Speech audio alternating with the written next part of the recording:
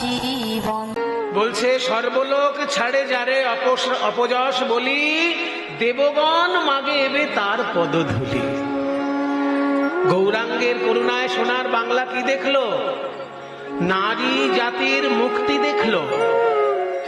মেয়েদেরকে পিছিয়ে রাখা হতো সমাজের সমস্ত কাজে, কিন্তু নিতাই গৌর এমন একটি বৈষ্ণব আন্দোলন বাংলার বুকে আনলেন যে বাংলার মেয়েরা পর্যন্ত, বাংলার নারী সমাজ পর্যন্ত বাংলার শিক্ষা, বাংলার দর্শন, বাংলার সাহিত্য, বাংলার সঙ্গীতের সঙ্গে ওতপ্রোতভাবে যুক্ত হতে পারল। আগেকার দিনে বলতে মেয়েরা আবার পড়াশোনা করবে কি, মেয়েরা শুধু খুন্তি নাড়বে। কিন্তু বৈষ্ণব আন্দোলনে দেখা গেল মেয়েরা শিক্ষিকা হয়েছে। আপনারা শুনলে অবাক হবেন, রবীন্দ্রনাথ ঠাকুরের পরিবারের যারা ছোটবেলায় পড়াশোনা করেছে তাদের বাড়ির মেয়েদেরকে পড়াতে আসতো গোস্বামিনীরা। মেয়েদেরকে পড়ানোর জন্য বৈষ্ণব পরিবারের মহিলারা আসতেন, কারণ বৈষ্ণব পরিবারের মহিলাদের মধ্যে পড়াশোনার চালুটা, পড়াশোনার চর্চাটা খুব গভীরভাবে ছিল। তাই বাংলার নারী সমাজ যে পিছিয়ে ছিল শিক্ষার জগৎ থেকে, সেটা তো বিদ্যাসাগর পরে এনেছেন, রামমোহন রায়ের সহযোগিতা করেছেন, এগুলো সব পরে ঘটেছে। আগে তো নিতাই গৌর তারা এনে করলেন কি, বৈষ্ণব সমাজের মধ্যে নারীদেরকে পিছিয়ে রাখা চলবে না, ওই জন্য নারীদেরকে অগ্রাধিকার দিলেন তারা।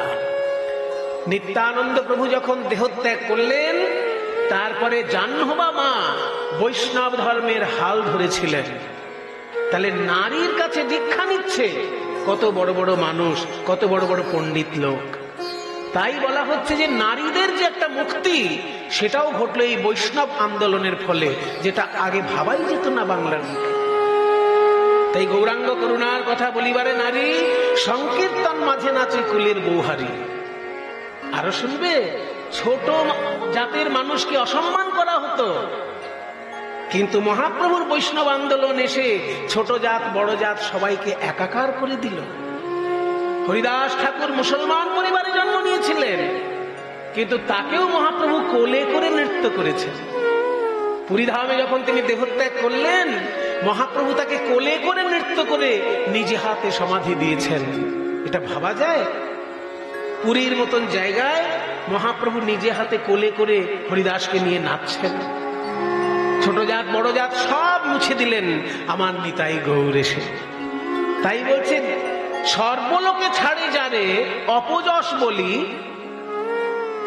ছোট লোকের ছোঁয়া যদি লাগে আমি অসুচি হয়ে যাব, ছোট জাতের ছোঁয়া যদি লাগে আমাকে গিয়ে স্নান করতে হবে, এরকম একটা সমাজ আমাদের ছিল। কিন্তু নিতাই গৌর আসার ফলে কি হলো, যারা নিম্নবর্ণের মানুষ তারাও এসে আচার্যের সম্মান পেতে লাগলেন।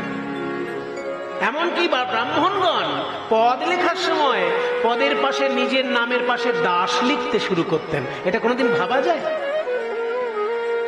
আগেকার দিনে দাস লিখত শূদ্র জাতির লোকেরা, ব্রাহ্মণরা লিখতেন শর্মা, ক্ষত্রিয়রা লিখলেন বর্মা, বৈশ্যরাও লিখলেন বর্মা, আর শূদ্র জাতির লোকেরা লিখতেন দাস। কিন্তু পদাবলী সাহিত্যে যেসব ব্রাহ্মণগণ পদাবলী রচনা করেছেন, তারা নামের পাশে দাস শব্দটা লিখেছেন।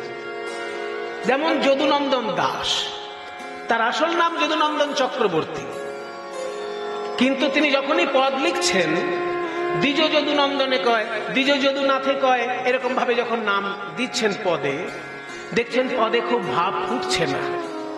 একদিনকে স্বপ্নে দেখলেন যে রাধারানী স্বয়ং বলছেন যে ওগো যদুনন্দন, তুমি ব্রাহ্মণ বলে তোমার দ্বিজ শব্দটা বারবার লিখছো, এই অভিমানটা প্রকাশ পাচ্ছে, তুমি দ্বিজের জায়গায় দাস লেখো, তাহলে আর অভিমানটা প্রকাশ পাবে না।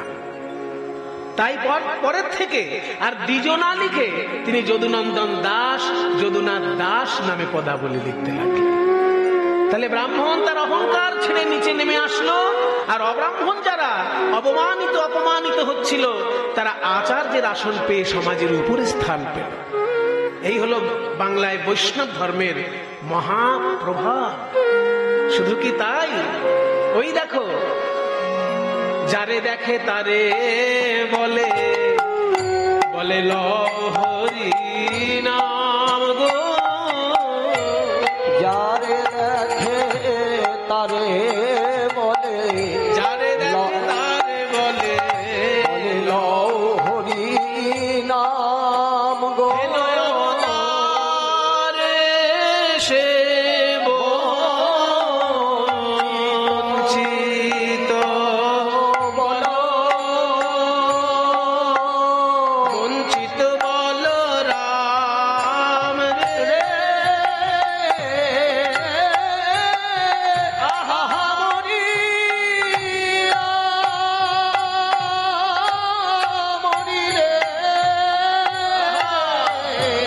বঞ্চিত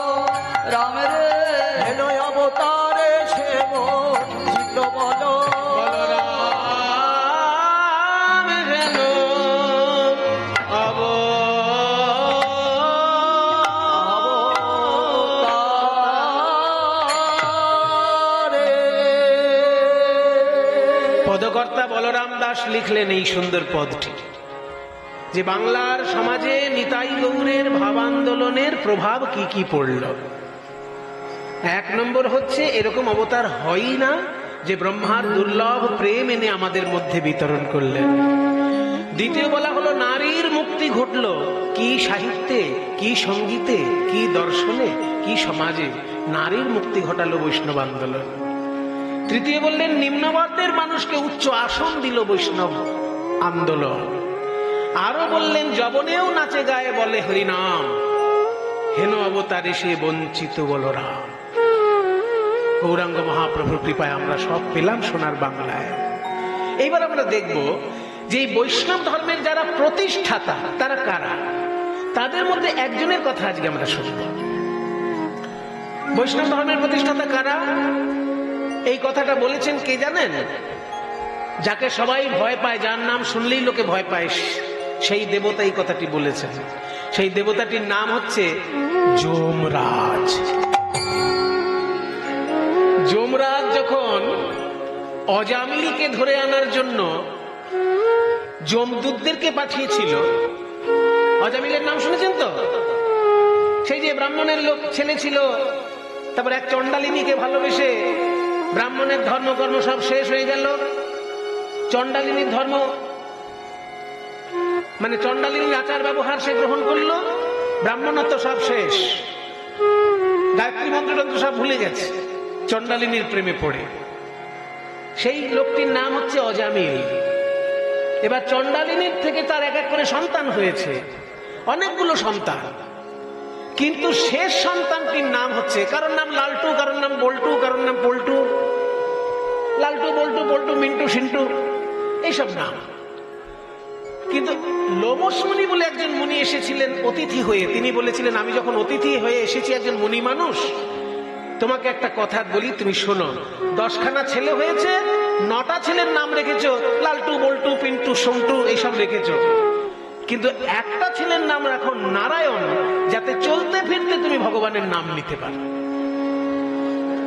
ওই জন্য 10টা ছেলের মধ্যে একটা ছেলের নাম রেখেছিল নারায়ণ, সেটা ছোট ছেলে, ছোট ছেলেটা, তার নাম রেখেছে নারায়ণ। এবার যখন তার মৃত্যু ঘনিয়ে এসেছে, ব্রাহ্মণ বংশে জন্ম নিয়ে চণ্ডালিনীর প্রেমে পড়ে ব্রাহ্মণত্বের সব সংস্কার শেষ করে ফেলেছে, এর কম পাপ হবে? ওই জন্য যমদূত এসে তাকে একেবারে ঘাড়ে মোটকে নিয়ে যাওয়ার জন্য এসেছে। এবার যমদূতদেরকে দেখে অজামিল এত ভয় পেয়ে গেল, 10টা ছেলের মধ্যে লালটু বল্টু সিন্টু মিন্টু কারোর নাম মনে পড়লো না, নাম মনে পড়লো ছোট ছেলে নারায়ণের। কেন না, যেহেতু ছোট ছেলে, ওকে কাছে ডাকলে যদি ওকে মায়া করে যমদূতরা আমাকে ছেড়ে দেয়, সেই জন্য ছোট ছেলের নাম নারায়ণ, তাকে নারায়ণ বলে ডেকেছে। নারায়ণ কাছে, নারায়ণ। যমদূতদেরকে দেখে ভয়ে পড়ে যখনই নারায়ণ বলে ডেকেছে ছেলেকে, অমনি সেইখানে বিষ্ণুদূত এসে হাজির। কারণ গীতায় বলা আছে, প্রয়াণ কালে জমামে স্মরণ মুক্ত কলেবরম ইয়প্রয়াতি সমদ্ভাবং ইয়াতি নাস্তি সংশয়। যদি মৃত্যুকালে কেউ আমার নামটা করে ফেলতে পারে, সে ভুল করেও যদি করে ফেলে আমার নাম, তাহলে সে আমাকেই পাবে, এতে কোনো সন্দেহ নেই। গীতায় বলেছেন ভগবান একটা জায়গায় যে প্রয়াণ কালে চ মামেব স্মরণ মুক্তা কলেবরম। যদি কেউ কলেবর ত্যাগ করতে পারে আমার নামটা স্মরণ করে মৃত্যুকালে, সেটা ভুল করেও হতে পারে, কিন্তু সে আমাকেই পাবে। এবার শাস্ত্রবাণী মিথ্যা হবে না। তাই যখনই নারায়ণ বলে ডেকেছে মৃত্যুকালে, 4 জন বিষ্ণুদূত এসে হাজির। যমদূত এসেছিল 2 জন, তাদের 2টো করে হাত, আর নারায়ণ নাম করে ফেলেছে বলে বিষ্ণুদূত এসেছে 4 জন, তাদের 4টে করে হাত। তাহলে 2 দলের মধ্যে যদি লড়াই হয়, হারবে কারা? 2 জন এসেছে 2টো করে হাত, আর 4 জন এসেছে 4টে করে হাত। লড়বে তো যারা দলে ভারী আছে, তারাই তো জিতবে না। তাই যমদূতরা তখন ভয়ে নড় বলে, তোমরা আবার কারা হে? 4টে করে হাত, তোমাদেরও হাতে দেখছি শঙ্খ চক্র গদা পদ্ম, সব কি? বলে আমরা হচ্ছি বিষ্ণুদূত। ও বাবা, বিষ্ণুর হাতে শঙ্খ চক্র গদা পদ্ম থাকে, তোমাদেরও হাতে আবার শঙ্খ চক্র গদা পদ্ম? বলে হ্যাঁ, আমাদের হাতেও শঙ্খ চক্র গদা পদ্ম থাকে। তো নরকে নিয়ে যাবার জন্য এসেছি, তোমরা কেন এই সময় এসেছো? কেউ হরিনাম যদি ভালো করে জপ করছে, তার কাছে যাও। নাম জপ করতে করতে মারা গেল, তার কাছে যাও। এই ব্যাপারটা সারা জীবন পাপ কাজ করে মরার সময় ছোট ছেলেকে ডেকেছে নারায়ণ বলে, এর কাছে কেন এসেছে? তখন বিষ্ণুদূত বললেন, শোনো, ও সারা জীবন মহা মহা পাপ করেছে, একেবারে ঠিক কথা। চণ্ডালিনীর মন রাখতে গিয়ে ব্রাহ্মণের ছেলে হয়ে প্রথম কথা মন্ত্রতন্ত্র সব ভুলে গেছে। এমন পাপ নাই করে নাই, এমন পাপ নেই ও করেনি চণ্ডালিনীর মন রাখতে গিয়ে। সে যে পাপ অনেক করেছে, কিন্তু ওই যে মৃত্যুকালে হরিনাম করেছে, ওই জন্য আমাদের কিছু করার নেই, ওকে নিয়ে আমরা বিষ্ণুর লোকে যাব। বলি আবার কি ঢঙের কথা? সারা জীবন পাপ করেছে, মরার সময় একবার নারায়ণ বলেছে বলে বিষ্ণুর লোক? বলে হ্যাঁ। এ কোন শাস্ত্রে লেখা আছে? বলে আছে, সব জায়গায় থাকে না, এটা ভাগবত ধর্মের বিধান। সাধারণ মানুষ যে ধর্ম মেনে চলে তাকে বলে মানব ধর্ম, আর মৃত্যুকালে হরিনাম করলে সব পাপ ক্ষমা হয়, এটা যে ধর্মে বলে সেই ধর্মটার নাম ভাগবত ধর্ম। ভাগবত ধর্মের নিয়ম অনুসারে আমরা একে বিষ্ণু লোকে নিয়ে যাব, আর মানব ধর্মের নিয়ম অনুসারে তুমি কিন্তু একে নরকে নিয়ে যেতে পারো। তাহলে লড়াই করো, যে জিতবে সে নিয়ে যাবে। মানব ধর্ম জিতবে না ভাগবত ধর্ম জিতবে? আমরা 4 জন আছি, তোমরা 2 জন আছো, আমাদের 4টে করে হাত, তোমাদের 2টো করে হাত। বলে বাবা, এই অসম লড়াই করে কোনো লাভ নেই। এই চল আমরা যমরাজার কাছে গিয়ে জিজ্ঞাসা করি যে এরকম কোনো ব্যাপার আছে কিনা, যে মৃত্যুকালে হরিনাম করলে তার পাপের ক্ষমা আছে। তার কাছে তাহলে কখনো যাবোই না। চল যমরাজার কাছে গিয়ে জিজ্ঞেস করি। তখন যমরাজার কাছে গিয়ে যমদূতরা বলছে কাঁদো কাঁদো মুখে যে একটা প্রশ্ন নিয়ে এসেছি হুজুর আপনার কাছে। বলো কি প্রশ্ন? কতি সন্তিহ শাস্তারঃ, কতি সন্তিহ শাস্তারঃ, মানে এই জগতে শাসক কজন? আমরা তো জানি শাসক আপনি। কেউ ধর্ম করলে তাকে স্বর্গে পাঠান, পাপ করলে তাকে নরকে পাঠান। সারা জীবন পাপ করেছে, সেই জন্য আমরা গেছি তাকে যমলোকে আনার জন্য। আর এই অজামিল মৃত্যুকালে হরিনাম করেছে, তাকে নিয়ে যাওয়ার জন্য 4 জন কোথাকার 4 শঙ্খ চক্র গদা পদ্ম ধারিয়ে এসে হাজির। বলে আমরা নাকি বিষ্ণুদূত। বলে শোন, তোরা ওদের সঙ্গে আবার বেশি ঝগড়া করিস নি তো? না না, বেশি ঝগড়া করিনি, ওই অল্প কথা কাটাকাটি হয়েছে। যাক, বেঁচে গেছিস। ঝগড়াতে যাবি না, লড়াইতে যাবি না ওদের সঙ্গে, কারণ ওরা হচ্ছে শ্রী বিষ্ণুর পার্ষদ। এই জগতে ধর্ম 2 রকমের। সাধারণ মানুষ যেটা মেনে চলে সেটার নাম মানব ধর্ম। মানব কেন না, মনু থেকে এই ধর্ম এসেছে। মনু সংহিতা, ওই মনু থেকে এই ধর্ম এসেছে বলে তার নাম মানব ধর্ম। আর যেটা অসাধারণ ধর্ম একটা পৃথিবীতে আছে, যার কিছু কিছু নিয়ম মনের সঙ্গে মিলবে না, সেই ধর্মটার নাম হচ্ছে ভাগবত ধর্ম। ভগবানের ভক্ত যারা, তারা মেনে চলেন এই ধর্মটা, ওই জন্য এর নাম ভাগবত ধর্ম। ভাগবত শব্দের অর্থ হচ্ছে ভগবত সম্পর্কীয়, ভগবত সম্পর্কীয় ধর্ম, তাই ভাগবত ধর্ম। বুঝলাম তো, কিন্তু এই ধর্মটা আবার কেমন ধর্ম, এর প্রতিষ্ঠাতা কারা? এইখানে যমরাজ বলছেন যে এই ভাগবত ধর্মের প্রতিষ্ঠাতা হচ্ছে 12 জন। এইখানে যমদূতদেরকে বোঝানোর জন্য যমরাজ বলছেন এই ভাগবত ধর্ম যারা প্রতিষ্ঠা করেছেন জগতে, তারা সংখ্যায় হলেন 12 জন। শুনে রাখ, সেই 12 জনের নামে রোজ প্রণাম করবি। স্বয়ম্ভূর নারদ শম্ভু কুমার কপিল বলির বৈয়া সখীর ব্যাস, বলির বৈয়া সখীর ব্যাস। স্বয়ম্ভূর নারদ শম্ভু কুমার কপিল প্রহ্লাদ জনক ভীষ্ম বলির বৈয়া সখীর ব্যাস, বলির বৈয়া সখীর বয়ম, বলির বৈয়া সখীর ব্যাস। প্রহ্লাদ জনক ভীষ্ম বলির বৈয়া সখীর বয়ম। বৈষ্ণব ধর্মের প্রতিষ্ঠাতা 12 জনের নাম বলা হলো এই সংস্কৃত শ্লোকটায়। 12 জনের নাম বলছি, আপনারা পারলে মুখস্থ করে নেবেন, কারণ এগুলো খুব জানার জিনিস বাবা। কীর্তন শুনতে গেলে আমার ঝাঁটা জুতোর তত্ত্ব শুনে বাড়ি চলে এলাম, ওতে খুব একটা ভক্তি লাভ হবে বলে আমার মনে হয় না। এইগুলো হচ্ছে তত্ত্ব কথা, যে ভাগবত ধর্মের প্রতিষ্ঠাতা কারা, বৈষ্ণব ধর্মের প্রতিষ্ঠাতা কারা। 12 জন, তাদের নামটা যদি মুখস্থ করতে পারেন আপনারই মঙ্গল হবে। প্রতিদিন যখন আহ্নিকে বসবেন, যখন মন্ত্র জপ করতে বসবেন, একবার তাদের নামে শুধু প্রণাম জানিয়ে নিলেই জীবন ধন্য। সেই 12 জন কারা? স্বয়ম্ভু, 1 নম্বর হচ্ছে স্বয়ম্ভু। স্বয়ম্ভু মানে যিনি নিজে নিজে জন্মেছেন, অর্থাৎ ব্রহ্মা। বিষ্ণুর নাভি পদ্ম থেকে তিনি নিজে নিজে জন্মগ্রহণ করেছেন, ওই জন্য তার নাম স্বয়ম্ভু, 1 নম্বর। 2 নম্বর হচ্ছে নারদ, নারদ মুনি, ইনিও আর একজন প্রতিষ্ঠাতা। 3য় জন হচ্ছে শম্ভু। শম্ভু মানে এটা কাউকে বলতে হবে না, হ্যাঁ, মায়েরা তো বিশেষ করে জানবেন, কারণ শিবরাত্রিতে মায়েরা কত ব্রত করেন, কত কঠিন ব্রত করেন শিব ঠাকুরের জন্য তার মায়েরা। তাহলে শম্ভু মানে শিব ঠাকুর, স্বয়ম্ভু, নারদ, শম্ভু। তারপর হচ্ছে কুমার। কুমার মানে, কুমার শব্দের অর্থ কি? যাদের বিয়ে হয়নি তাদেরকে কুমার বলে না, যে বিবাহিত না কুমার। তাহলে কুমার মানে যাদের বিয়ে হয়নি। ব্রহ্মার 4টি ছেলে আছে যারা বিবাহ করেননি, সন্ন্যাস জীবন পালন করেছেন আজীবন। জন্মগ্রহণ করেই তারা আজীবন ব্রহ্মচর্য পালন করেছেন। সেই 4টি ছেলের নাম হচ্ছে, সবারই নাম দন্তেশ দিয়ে শুরু, ওই জন্য তাদেরকে একসঙ্গে বলা হয় চতুষ্ষণ। সবারই নাম দন্তেশ দিয়ে শুরু বলে একজন একসঙ্গে 4 ভাইকে বলা হয় চতুষ্ষণ।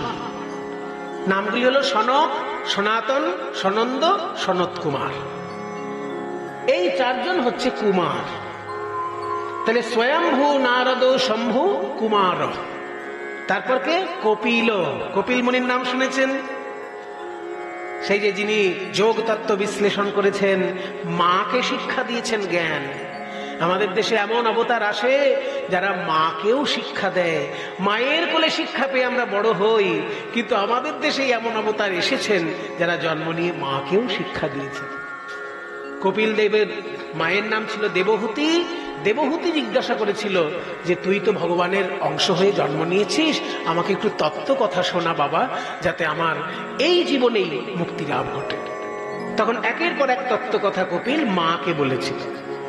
এই কপিল মুনির আশ্রম আমাদের বাংলায় আছে, সারা ভারতবর্ষের লোক সেখানে প্রণাম করতে আসে। কোন জায়গায়? এই তো ঠিক বলেছেন, সারা ভারতের লোক বলে হর তীর্থ বার বার, গঙ্গা সাগর এক বার। পৃথিবীর যত তীর্থ আছে বারবার গিয়ে যা পুণ্য লাভ হয়, গঙ্গাসাগরে একবার যেতে পারলেই সেই পুণ্য লাভ হয়। এই গঙ্গাসাগরে যে মুনির আশ্রম প্রতিষ্ঠিত, তিনি হচ্ছেন কপিল মুনি। তাহলে স্বয়ম্ভু, নারদ, শম্ভু, কুমার, কপিল, তারপর মনু। একটু আগে বললাম মনু সংহিতা রচনা করেছেন যিনি, তিনিও কিন্তু 12 জনের মধ্যে একজন। তাহলে 12 জনের মধ্যে তিনিও কিন্তু একজন পড়ছেন, কুমার, কপিল, মনু। তারপরেই প্রহ্লাদ, সপ্তমে যার নাম, তার নাম হচ্ছে প্রহ্লাদ। প্রহ্লাদ জনক, জনক রাজা সীতা দেবীর বাবা যিনি, তিনিও কম নন। একজন রাজা লোক হয়েও তিনি বৈষ্ণব ধর্মের প্রতিষ্ঠাতাদের মধ্যে একজন। স্বয়ম্ভু, নারদ, শম্ভু, কুমার, কপিল মুনি, প্রহ্লাদ, জনক। তারপর ভীষ্ম, গঙ্গাপুত্র ভীষ্ম, তিনিও কিন্তু এই 12 জনের মধ্যে একজন।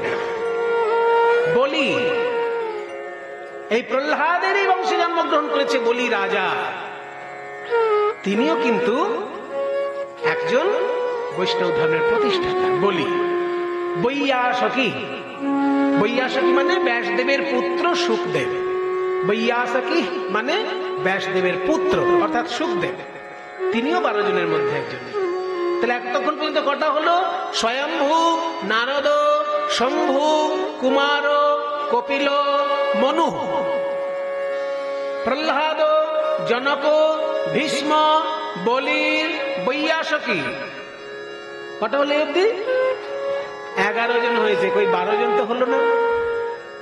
ওই 12 নম্বরের ক্ষেত্রে যমরাজ আঙুলটা নিজের দিকে তাকিয়ে বলছেন, আমিও 12 জনের মধ্যে একজন পড়ি। ওই জন্য শেষ শব্দটা হচ্ছে বয়ম। আপনারা যারা 7-8 সংস্কৃত পড়েছেন মনে করুন, বয়ম শব্দের অর্থ কি? অহম মানে আমি, আবাম মানে আমরা দুজন, আর বয়ম মানে আমরা সবাই। অহম মানে আমি, আবাম মানে আমরা দুজন, আর বয়ম মানে আমরা সবাই। তার মানে এই শ্লোকটা যেহেতু যমরাজ বলছেন তার দূতদেরকে, ওই জন্য বলছেন 11 জনের নাম বললাম আর 12 নামটা বললাম না, আমি আছি। আমরা এই 12 জন মিলে হচ্ছি বৈষ্ণব ধর্মের প্রতিষ্ঠাতা। কাজে বৈষ্ণব ধর্মের নিয়ম যদি তোরা লঙ্ঘন করিস, আমার আইনও তোরা লঙ্ঘন করছিস। এই 12 জনের মধ্যে 7 নম্বরে যার নাম, আজকে আমরা তার কথা শুনবো। চলুন। স্বয়ম্ভুর নারদ শম্ভু, কুমার, কপিল, প্রহ্লাদ, জনক, ভীষ্ম, বলির বৈয়া সখীর বয়। হরি ওম, হরি ওম, হরি ওম, হরি ওম, হরি ওম, হরি ওম, হরি ওম।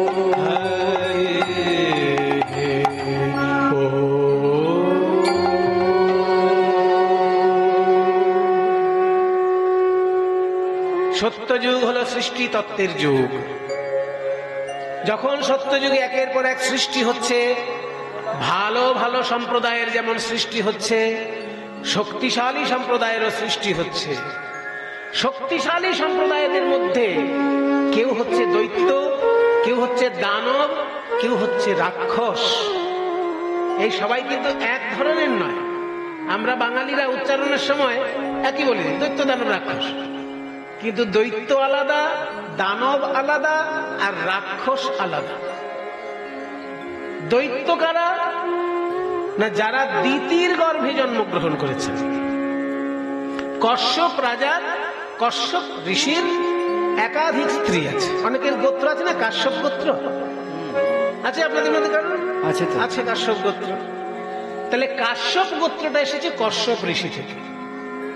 ওই কশ্যপ ঋষির কিন্তু একাধিক স্ত্রী ছিলেন, এবং এই একাধিক স্ত্রী থেকে একাধিক রকমের প্রজাতি জন্মগ্রহণ করেছে এই পৃথিবীতে। ওই কশ্যপ ঋষির স্ত্রী অদিতি, তার থেকে 12 জন দেবতা জন্মগ্রহণ করেছে। দেখুন, বাবা একজন, মা আলাদা। একজন মায়ের গর্ভে দেবতা জন্মাচ্ছে, আর একজন মায়ের গর্ভে দৈত্য জন্মাচ্ছে। কি অদ্ভুত সৃষ্টি তত্ত্ব! ওই জন্য বলছে মানসিকতাটার উপর নির্ভর করে সন্তান। মনে করুন একজন মা একাদশীতে উপোস করে দ্বাদশীর দিন প্রসাদ গ্রহণ করেছে, তারপর স্বামীর সঙ্গে মিলিত হয়ে যে সন্তানটা হবে, তার সন্তান কেমন হবে? আর সেই স্বামীটারই যদি আর একজন স্ত্রী থাকে যে হানিমুনে গিয়ে সারা রাত্রির রঙিন রঙিন জল পান করেছে, তারপর একটা সন্তান জন্ম হয়েছে, সেই সন্তানটি কেমন হবে? দুটো সন্তান কি একই প্রকৃতির হবে? স্বামী একজন হলেও মায়ের জন্য সন্তান পাল্টে যাচ্ছে। স্বামী তো একই থাকছে, কিন্তু মায়ের আচরণ যদি ঠিক পথে না থাকে তাহলে সন্তান পাল্টে গেল। তার সব থেকে বড় প্রমাণ হচ্ছে কশ্যপ ঋষির পরিবার। এই কশ্যপ ঋষির এক স্ত্রীর গর্ভে জন্মাচ্ছে 12 জন দেবতা, যাকে আমরা একসঙ্গে দ্বাদশাদিত্য বলে দিই। দ্বাদশাদিত্যের দুটো অর্থ হয়, এক হচ্ছে সূর্যের 12টি রূপ, আর আরেকটি অর্থ হচ্ছে 12 জন অদিতির পুত্র। অদিতির পুত্র বলে আদিত্য, আর দিতির পুত্র বলে দৈত্য। সোজা বাংলা ব্যাকরণ। দিতির পুত্র তাই দৈত্য, আর অদিতির পুত্র তাই আদিত্য। অদিতির গর্ভে জন্মগ্রহণ করলো 12 জন দেবতা, স্বামী কশ্যপ ঋষি। আবার দিতির গর্ভে জন্মগ্রহণ করলো 2 জন দৈত্য, স্বামী কিন্তু সেই কশ্যপ ঋষি। অদ্ভুত ব্যাপার। সেই জন্য কশ্যপ ঋষির পরিবারটা খুবই একটা মারাত্মক পরিবার এই সৃষ্টি তত্ত্বের ক্ষেত্রে। তার মধ্যে 2টি পুত্র যে জন্মগ্রহণ করলো, একটি ছেলের নাম হলো হিরণ্যাক্ষ, আরেকটি ছেলের নাম হলো হিরণ্যকশিপু। বাবা কশ্যপ, মা দিতি। জন্মগ্রহণ করলো হিরণ্যাক্ষ আর হিরণ্যকশিপু। এই 2 পুত্র জন্মগ্রহণ করলো। কেন জন্মগ্রহণ করলো তারও একটা ইতিহাস আছে। কেন দৈত্য রূপে জন্মগ্রহণ করতে হলো, ঋষির বংশে দৈত্য কেন জন্ম নিল, এরও একটা ইতিহাস আছে। ইতিহাসটা ঘটেছে আরো আগে বৈকুণ্ঠে। বৈকুণ্ঠ, গোলক আর স্বর্গ এগুলো সব কিন্তু এক জিনিস নয়। এই চুলচেরা বিচারগুলো আমাদের মাথার মধ্যে কিন্তু থাকা দরকার। বৈকুণ্ঠ মানে যেখানে শঙ্খ চক্র গদাপদ্মধারী বিষ্ণু বিরাজ করেন, আর গোলক মানে যেখানে সপরিবারে সখাদের সঙ্গে নিয়ে শ্রীকৃষ্ণ বিরাজ করেন।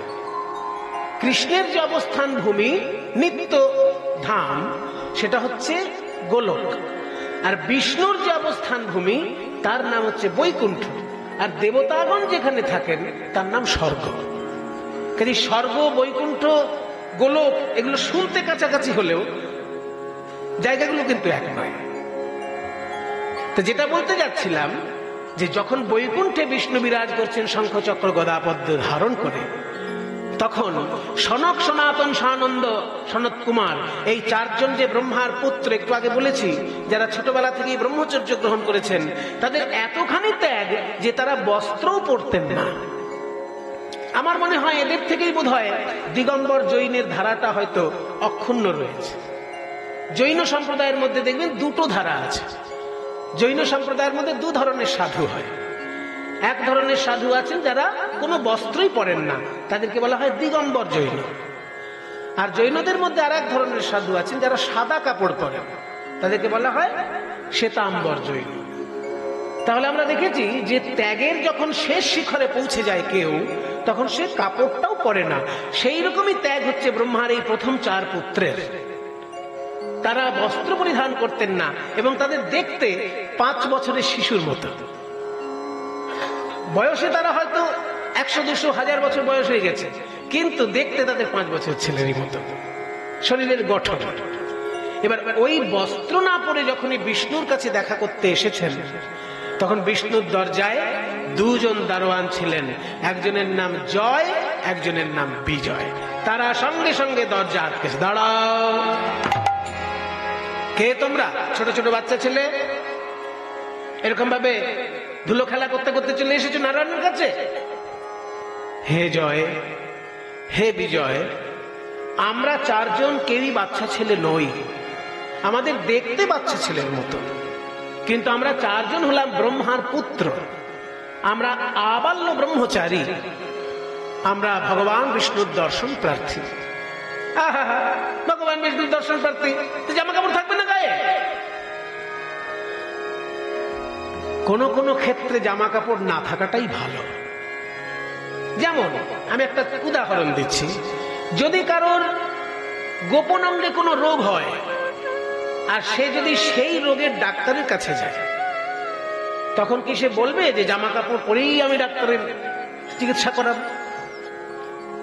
যদি অতিরিক্ত লজ্জা হয়, ডাক্তার তখন বলবে ওকে অজ্ঞানের ওষুধ দে, ইঞ্জেকশন দে, অজ্ঞান হোক, তারপর আমি ওর চিকিৎসা করি। তাহলে সব ক্ষেত্রে লজ্জা চলে না। কোন কোন ক্ষেত্র আছে যেখানে লজ্জার কোনো প্রয়োজন হয় না। তো যে বিষ্ণুর সঙ্গে আমি দেখা করতে যাচ্ছি, তিনি তো আমার হৃদয় মন্দির আলো করেই আছেন। তিনি আমার হৃদয়ের মধ্যে অশরীরী অবস্থায় আছেন আর সশরীরে বিরাজ করছেন বৈকুণ্ঠে। আমি তাহলে একটু সশরীরে দেখতে চাই, তিনি তো আমার হৃদয়েই রয়েছেন। নারায়ণ নম নারায়ণ, নারায়ণ নম নারায়ণ, শঙ্খ চক্র গদা কেয়ুরভান, শঙ্খ চক্র গদা কেয়ুরভান, শঙ্খ চক্র গদা কেয়ুরভান, শঙ্খ চক্র গদা কেয়ুরভান। জয় জয় হে শ্রীবৎসলাঞ্ছন,